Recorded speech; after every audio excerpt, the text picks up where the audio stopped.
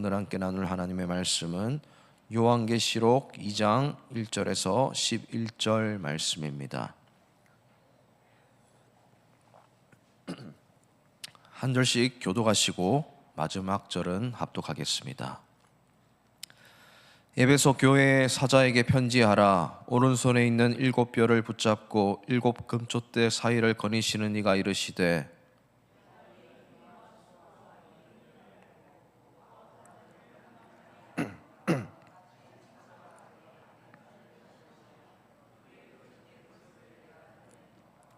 또 내가 참고 내 이름을 위하여 견디고 게으르지 아니한 것을 아노라.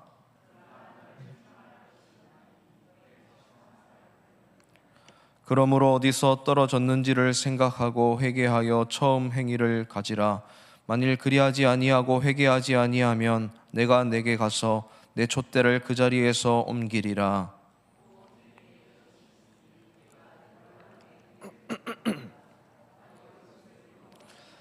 귀 있는 자는 성령이 교회들에게 하시는 말씀을 들을지어다. 이기는 그에게는 내가 하나님의 낙원에 있는 생명나무의 열매를 주어 먹게 하리라.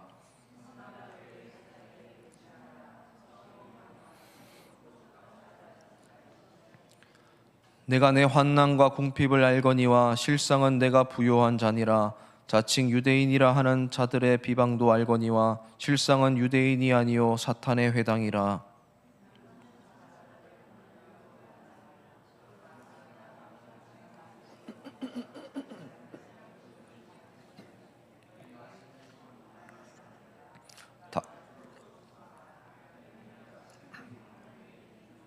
다 함께 읽겠습니다. 귀 있는 자는 성령이 교회들에게 하시는 말씀을 들을지어다.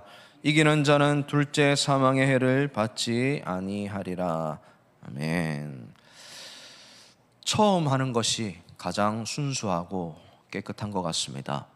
직장 생활도 처음 일했던 곳에서 가장 열정 있게 일했던 것 같고, 사랑도 첫사랑이 가장 순결했던 것 같습니다. 신앙생활도 그런 것 같습니다. 처음 예수님을 믿었을 때가 가장 불타오르게 뜨겁게 신앙생활 했던 시대인 것 같습니다.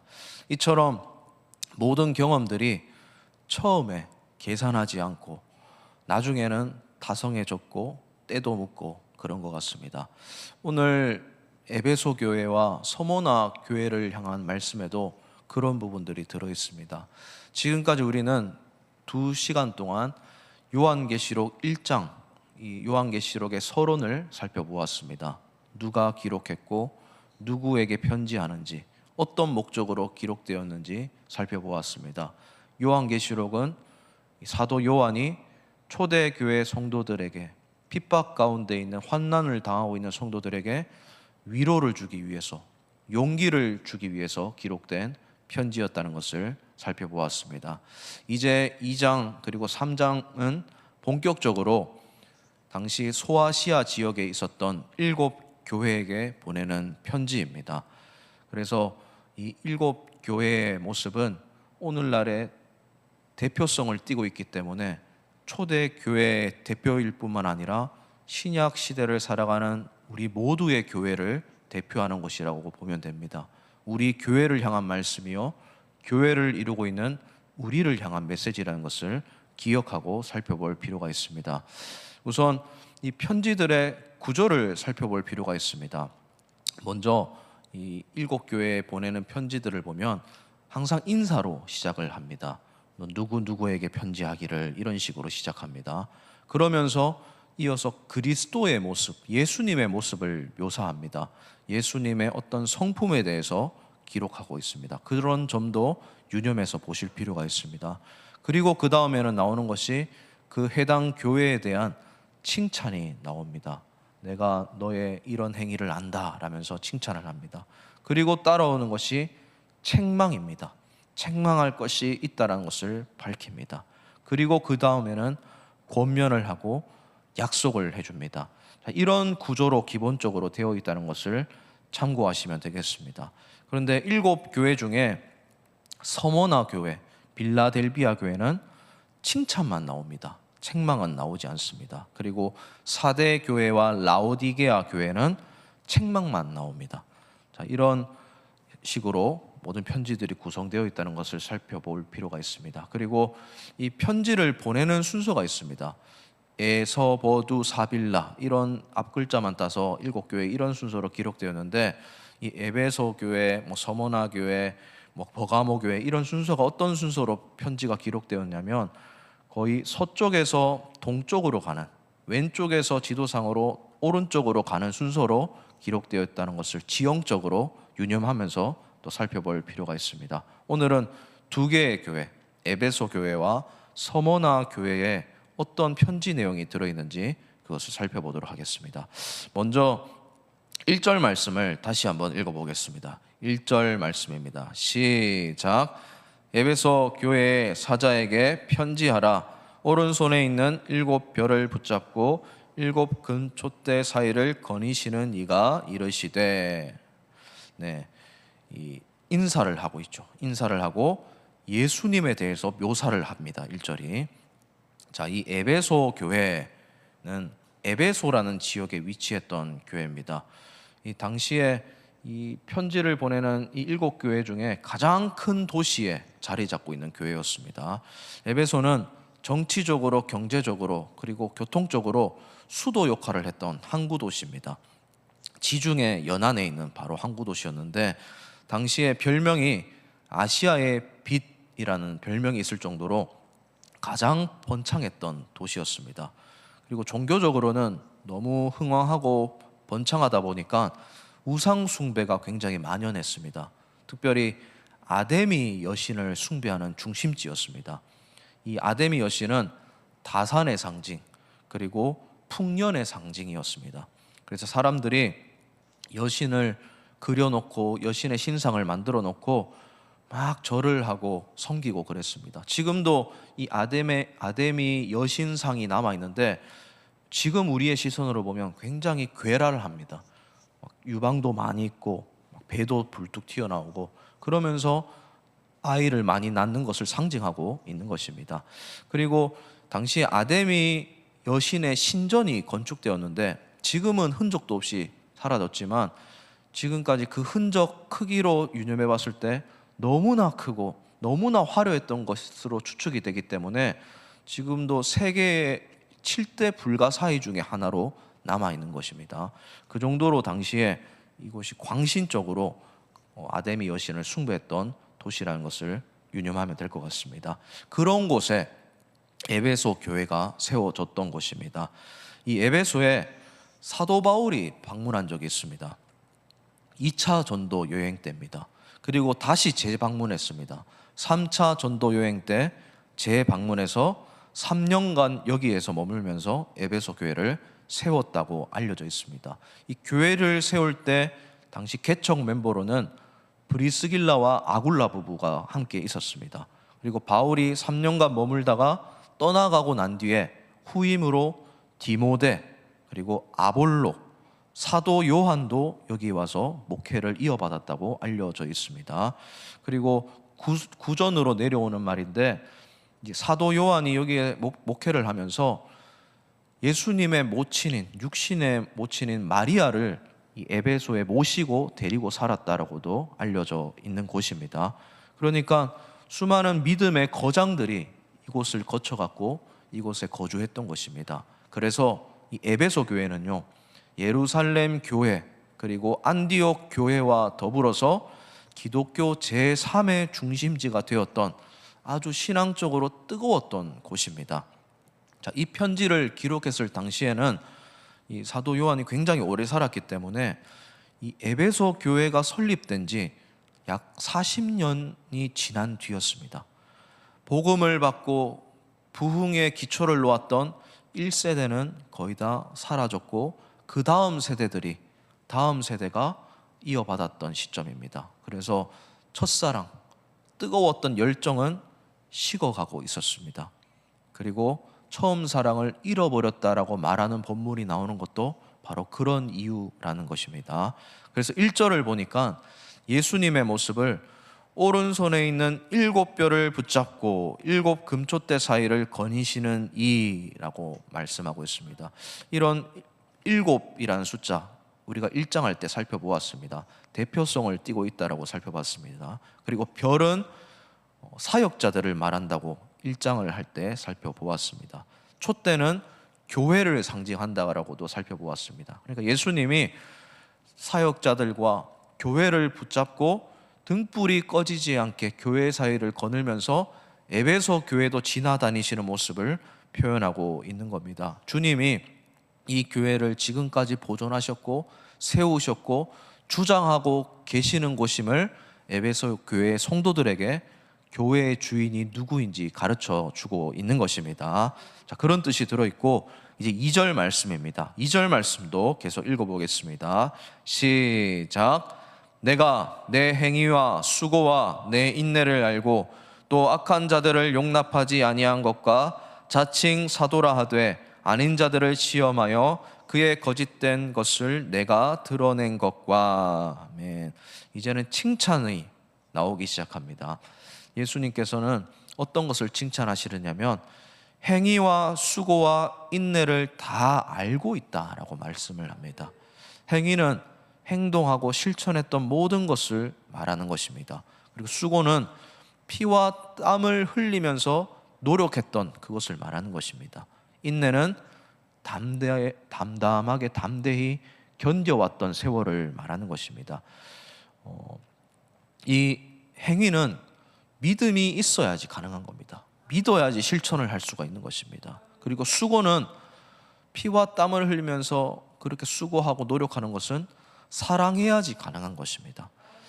인내는 소망이 있어야지, 희망이 있어야지 견뎌낼 수 있는 것입니다. 그래서 에베소 교회의 행위와 수고와 인내를 알고 있다는 것은 에베소 교회가 믿음도 있는 교회였고 소망도 있는 교회였고 사랑도 있는 교회였다는 것을 주님이 다 알고 있다는 것입니다. 참 건강한 교회였다는 것이죠. 그리고 또 칭찬받는 게 있습니다. 자칭 사도라 하는 자들의 거짓을 드러내었다라고 칭찬하고 있습니다. 이 거짓 사도들, 이단들, 잘못된 교리를 주장하는 자들을 잘 분별했던 교회였습니다. 그 사람들을 선을 그어서 잘라내어서 내쫓았던 그런 역사가 있는 교회였습니다. 그러니까 순결을 잘 지켰던 교회였다는 것입니다. 이 거짓 선지자들이 누구를 말하는 것인지 6절에 보면 잘 나와 있습니다. 그래서 제가 6절을 건너뛰어서 다시 읽어드리겠습니다. 오직 내게 이것이 있으니 내가 니골라 당의 행위를 미워하는도다. 나도 이것을 미워하노라. 아멘. 이 거짓 사도들, 거짓 가르침을 준 자들을 니골라 당이라고 말을 하고 있습니다. 이 니골라 당은 누구냐면 이런 주장을 했던 사람들이 있었습니다. 지금은 예수님이 십자가에서 돌아가시고 난 뒤에 모든 죄를 용서해 주신 은혜의 시대이므로 율법을 자세하게 지킬 필요는 없다. 율법 부용주의자들이었습니다.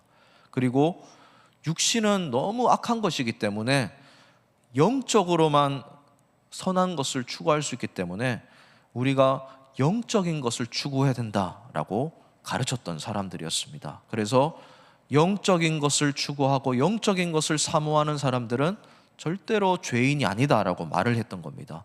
그래서 어떻게 되는 겁니까?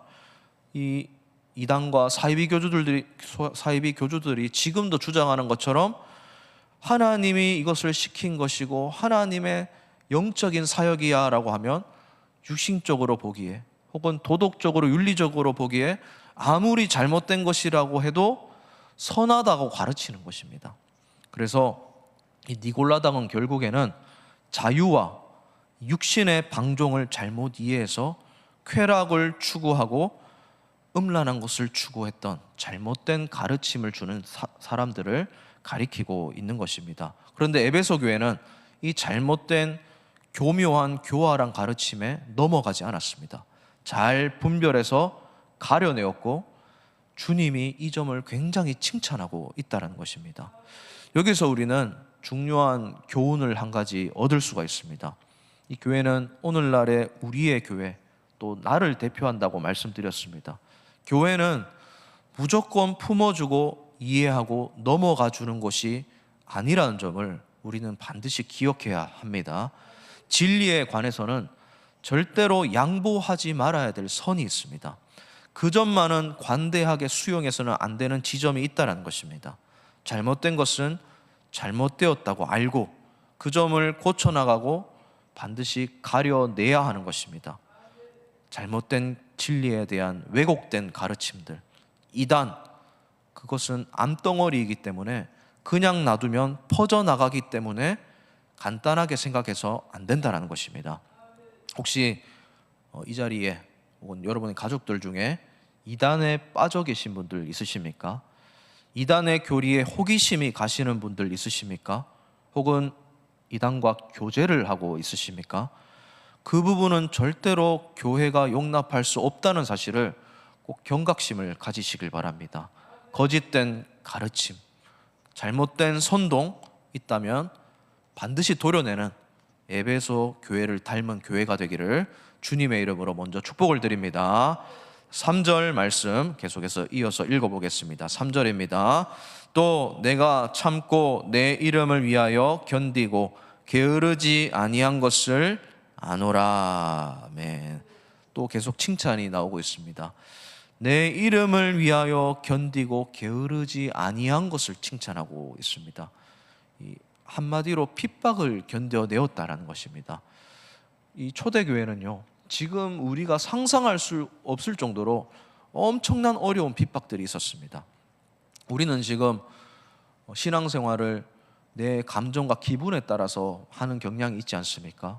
피곤하면 혹은 여행 가면, 날씨가 우중충하면 예배를 빼먹는 것이 흔한 일이 되었습니다. 그런데 이 초대교회는요, 그런 걸로 예배를 빼먹지 않았습니다. 목숨을 걸고 예배를 드렸던 시대였습니다. 얼마나 많은 핍박이 있었는지 모릅니다. 폭력적이고 물리적인 탄압을 실제적으로 받았습니다. 구속당하고 체포를 당했습니다. 재산을 몰수당했습니다. 화형당하고 십자가에서 죽고 노예로 팔려가고 차원이 다른 공포와 고통을 맞서 싸우면서 예배를 사수했던 시대였습니다. 에베소 교회도 그런 뼈아픈 핍박을 잘 견디고 있었던 것입니다. 거기서 도망치지 않고 회피하지 않았던 것만 해도 정말 대단한 믿음이기 때문에 주님이 지금 칭찬하고 있는 것입니다. 주님만 바라보고 견뎌내고 있었던 것입니다. 사랑하는 우리 세관계 성도님 여러분, 우리 모두도 무슨 일이 있더라도 주님의 이름을 위하여 견디고 게으르지 않게 신앙생활하며 살아가는 우리 모두가 되기를 다시 한번 주님의 이름으로 진심으로 축복을 드립니다. 자, 4절 말씀을 제가 읽어드리겠습니다. 그러나 너를 책망할 것이 있나니 너의 처음 사랑을 버렸느니라. 이런 교회도 책망할 것이 있다라고 말씀합니다. 처음 사랑을 버린 것이 문제였습니다. 처음 사랑, 바로 초기 개척 멤버들이 가졌던 그 순결하고 순수한 사랑, 하나님을 향한 사랑과 형제를 향한 사랑, 순교를 각오하면서 순결한 신앙을 지키면서 거짓 사도들을 추방하면서 신앙을 지켰던 그 마음들이 시간이 흐르면서 사라져가고 메말라져가고 이뤄져 갔다라는 것입니다. 사랑하는 우리 성도님 여러분, 어쩌면 우리 교회도 그런 모습이 있지는 않을지 우리를 돌아보았으면 좋겠습니다. 많은 면에서 이미 잘하고 있고 성장했지만 처음 사랑을 잃어버리는 것은 아닌지 나 자신을 돌아볼 필요가 있습니다. 외적으로 아직 대단한 면이 남아있을지라도 속에 그 순수한 처음 사랑이 없으면요, 소용이 없는 것입니다. 형식만 남아있어서는 안 되는 것입니다. 주님이 그 점을 정확하게 지적을 하고 있습니다. 자, 5절 말씀 우리 다 같이 한번 읽어보겠습니다. 5절입니다. 시작. 그러므로 어디서 떨어졌는지를 생각하고 회개하여 처음 행위를 가지라. 만일 그리하지 아니하고 회개하지 아니하면 내가 내게 가서 내 촛대를 그 자리에서 옮기리라. 아멘.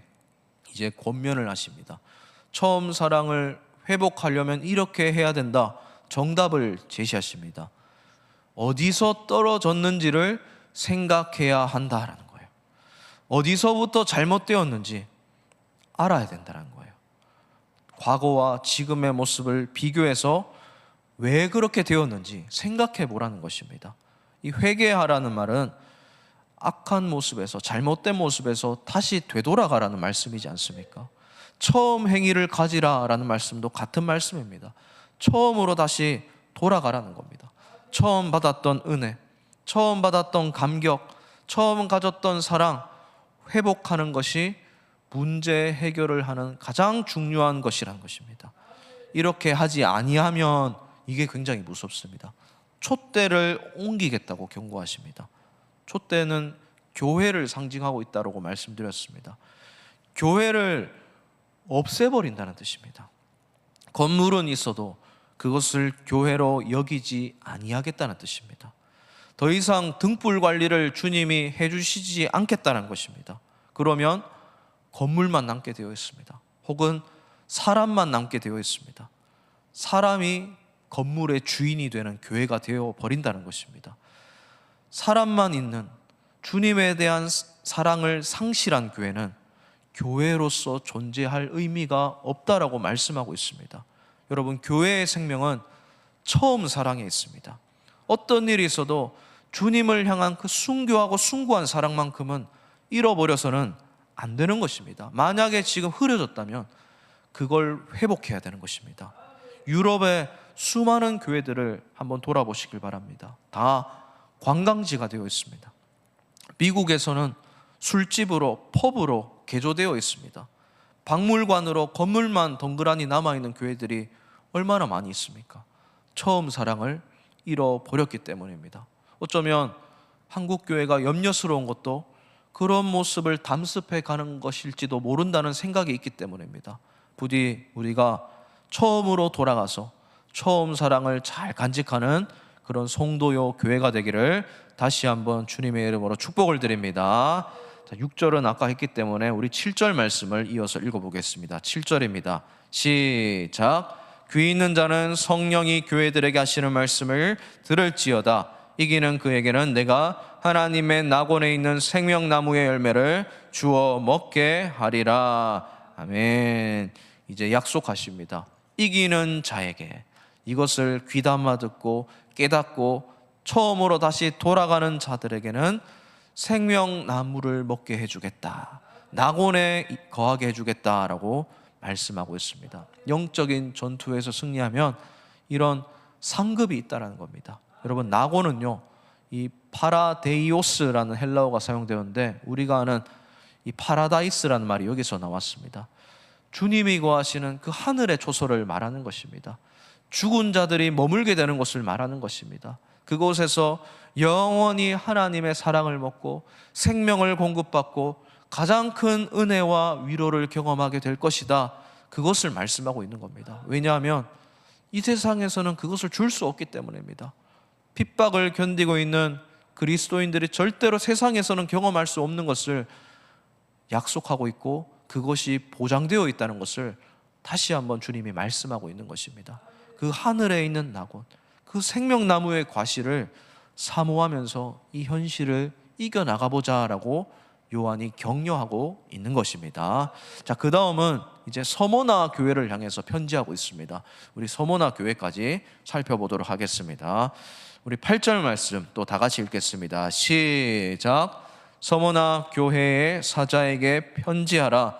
처음이며 마지막이요 죽었다가 살아나신 이가 이르시되. 아멘.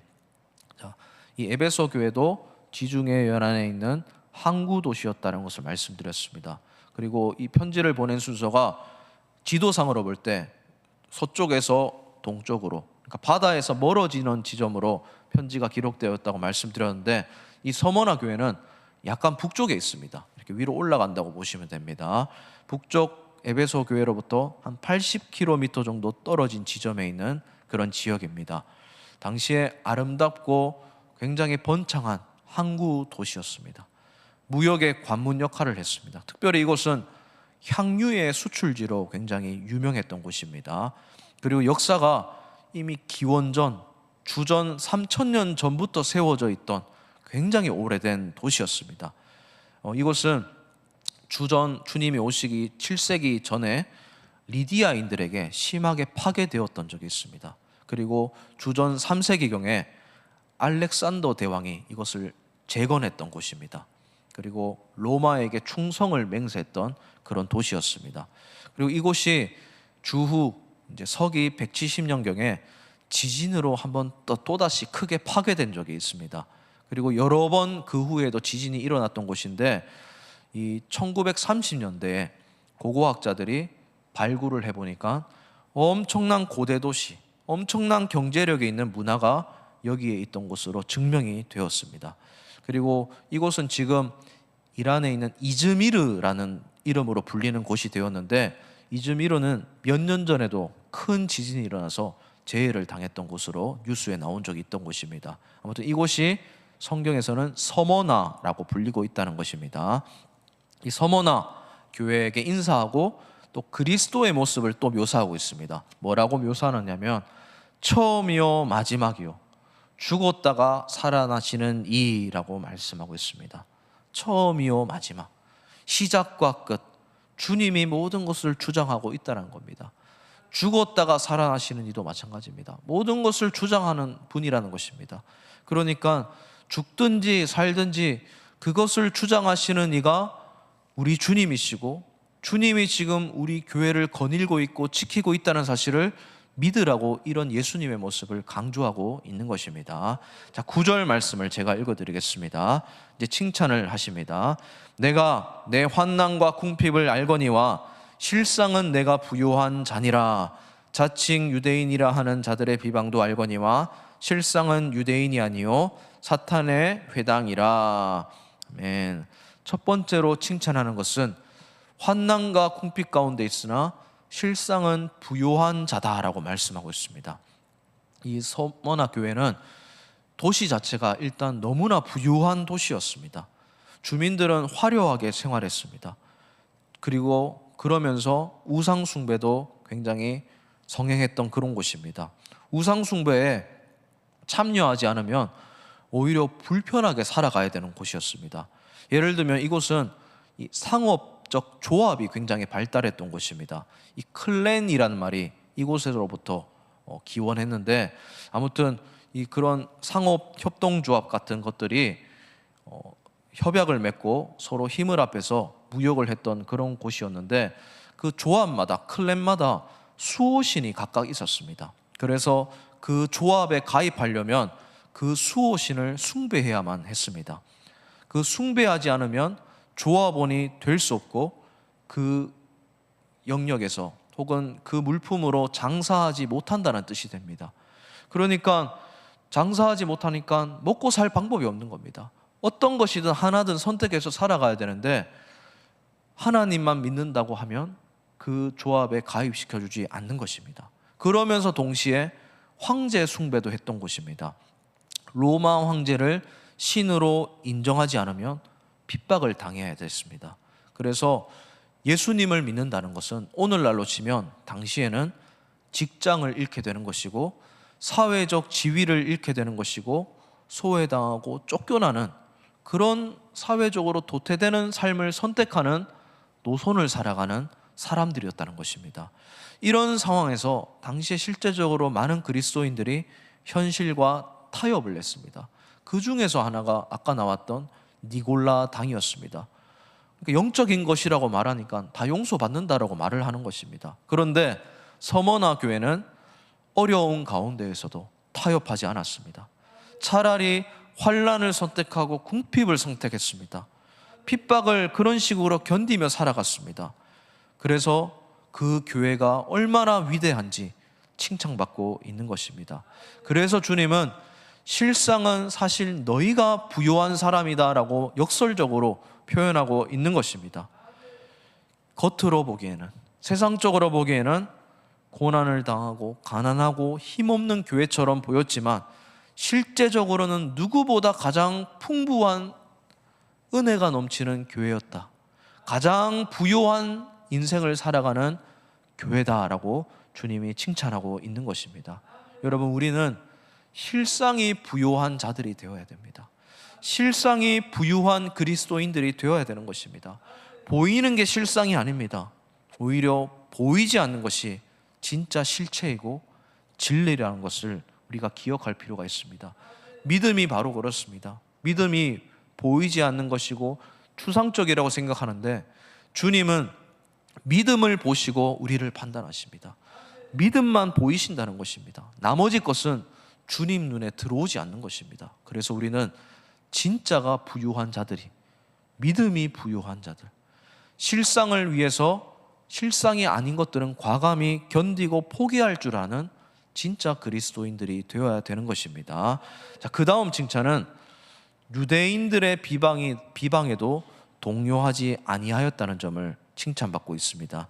당시에 이런 우상 숭배만 외부적으로 탄압이 있었던 것이 아니라 서머나 교회 교인들을 괴롭히는 수많은 사람들이 있었습니다. 바로 동족들인 유대인들이었습니다. 유대인들이 기독교인들을 핍박하는데 가장 앞장섰던 사람들이었습니다. 같은 유대인임에도 불구하고 로마 제국들에게 고소와 고발을 했습니다. 저 사람들이 우상 숭배를 하지 않고 황제 숭배를 거절한다는 이유를 가지고 고발을 하고 고소를 남발했습니다. 그래서 괴로움을 굉장히 많이 받았습니다. 그런데 주님은 이런 형편과 실상을 잘 알고 있다라고 칭찬하고 있습니다. 주님이 알고 있으니까 걱정하지 마라라는 것입니다. 자, 이제 10절입니다. 우리 10절 말씀 읽어보겠습니다. 시작. 너는 장차 받을 고난을 두려워하지 말라. 볼지어다 마귀가 장차 너희 가운데에서 몇 사람을 옥에 던져 시험을 받게 하리니 너희가 10일 동안 환난을 받으리라. 내가 죽도록 충성하라. 그리하면 내가 생명의 관을 내게 주리라. 아멘. 이제 권면을 하고 약속을 해 주십니다. 장차 다가올 고난을 두려워하지 말라라고 말합니다. 마귀에 의해 옥에 던져질 것과 시험받을 것을 말하고 있습니다. 여기서 마귀는 그리스도인들을 박해하는 적그리스도 세력을 말하는 것입니다. 유대인들을 말하는 것이고 우상 숭배자들을 말하는 것입니다. 이 법정에서 기독교인들을 막 고소를 했던 그 유대인들을 마귀라고 표현하고 있는 것도 바로 그런 이유에서입니다. 그리고 이 시련이 두려워하지 말라라고 하는 이유를 뒤에서 적어 놓습니다. 10일 동안 계속될 것이다 라고 말을 하고 있는데, 여기서 10일은 정해진 기간이 있다는 것을 밝히고 있는 것입니다. 짧은 기간이 있다는 겁니다. 너무 길지 않다는 것을 말씀하고 있습니다. 그러니까 환난과 핍박과 시험이 있을 것이기는 하지만 피할 수는 없지만 짧은 기간일 것이고 반드시 끝이 있는 것이기 때문에 죽도록 충성하라 라고 말씀하고 있습니다. 여기서 충성은 신실하고 진실함을 지켜라는 말씀입니다. 죽도록 충성하라는 것은 죽음을 당하는 그 순간까지도, 최후의 순간까지도 진실함을 잃지 말라는 것입니다. 주님이 순교당할 것을 이미 아셨습니다. 그리고 순교당하지 않을 것이라도 괴로움이 찾아올 것이라는 것을 알고 계셨습니다. 그런데 그런 것들이 있을지라도 그것은 실상이 아니기 때문에 실상을 위해서 진실함과 순결함을 지켜라라고 격려하고 위로하고 있는 것입니다. 자, 우리 마지막 11절 말씀을 읽어보겠습니다. 마지막 11절입니다. 시작. 귀 있는 자는 성령이 교회들에게 하시는 말씀을 들을지어다. 이기는 자는 둘째 사망의 해를 받지 아니하리라. 아멘. 이 생명의 관을 주리라 라고 하시면서 같은 말씀을 해주십니다. 둘째 사망의 해를 받지 아니하리라. 최후의 심판 때 영원한 생명과 영원한 죽음이 갈라지는 그 심판의 자리에서 심판의 자리로 가는 것이 아니라 영원한 생명의 면류관, 영원한 생명을 살 수 있는 천국행을 약속하고 있다라는 것입니다. 여러분, 오늘 이 말씀은 두 교회를 향해 모두 주는 말씀입니다. 에베소 교회와 서머나 교회의 형편을 주님이 너무 잘 알고 있다는 것을 밝히고 있습니다.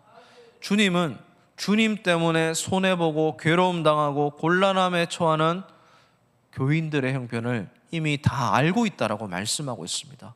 그러면서 그 사람들을 향해 뭐라고 말씀하십니까? 그런 사람들이 진짜 부요한 자다라고 말씀하고 있습니다.